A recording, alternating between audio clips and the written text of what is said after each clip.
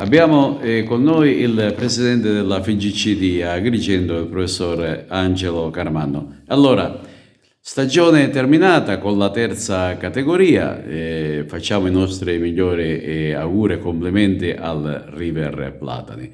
Che campionato è stato e se siete soddisfatti di questo campionato iniziato alla chetichella, però è finito anche bene.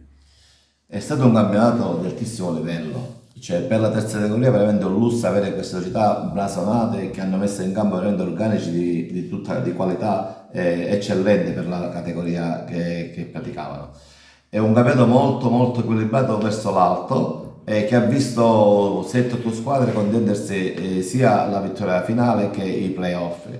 Alla fine l'ha spuntata il Cattolica Heraclea, la Minova e il River Plate con la vittoria finale playoff con il Favara Academy.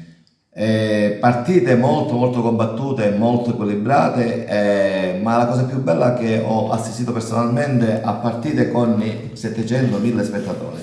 E diciamo che questo è un dato molto importante che ci deve far riflettere tantissimo quando il calcio è amato nella nostra provincia e quando le persone amano andare la domenica allo stadio per le partite. Questo ci deve far capire che noi dobbiamo attivarci al massimo come istituzione, ma tutte le istituzioni che ci collaborano, e dobbiamo coordinarci affinché possiamo avere gli stadi agibili e che possiamo sicuramente portare il calcio in tutti i comuni che vogliono praticarlo. Questo è stato un primo passo verso la totalità dei centri agrigentini dove gli stadi ci sono, ma molte società ancora stentano a iscriversi ai vari campionati provinciali. Speriamo che questa sia la volta buona, ma un input molto importante.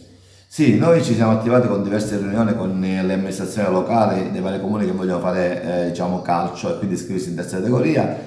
Molti comuni sono stati sensibilizzati e quindi stanno ultimando le pratiche per rendere i propri campi, i propri stadi agibili, e sono molto ottimista per il prossimo anno perché oltre alle squadre che hanno vinto il campionato e playoff, diciamo che c'è pure il Menfi che gioca nel campionato della delegazione di Trapani che sta facendo i playoff, e quindi possiamo pure mi auguro che vada pure in seconda categoria e quindi perderemo un'altra società, però già abbiamo fatto un lavoro immenso in questa delegazione e stiamo già attivando altri amici nei vari comuni per ripartire con la terza categoria oppure confermare quello che hanno fatto di buono negli anni precedenti.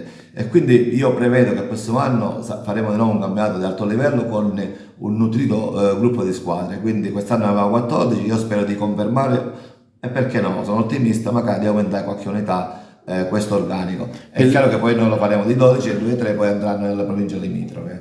Pensate di completare questa stagione con una festa particolare che così richiamerà magari le squadre vincitrici dei vari tornei? Sì, dopo diciamo i primi di luglio organizzeremo, come abbiamo fatto l'anno scorso, in una location nella nostra provincia, una festa finale provinciale dove andremo a premiare tutte le squadre che hanno vinto i vari campionati e tornei che noi facciamo ogni anno.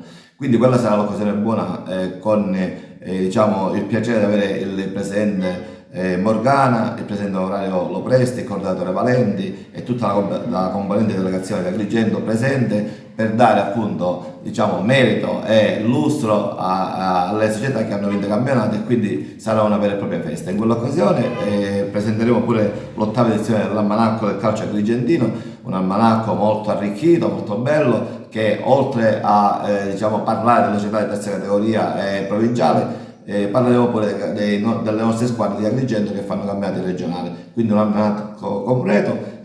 Diciamo che questo è il nostro fiore all'occhiello che presenteremo nella festa finale.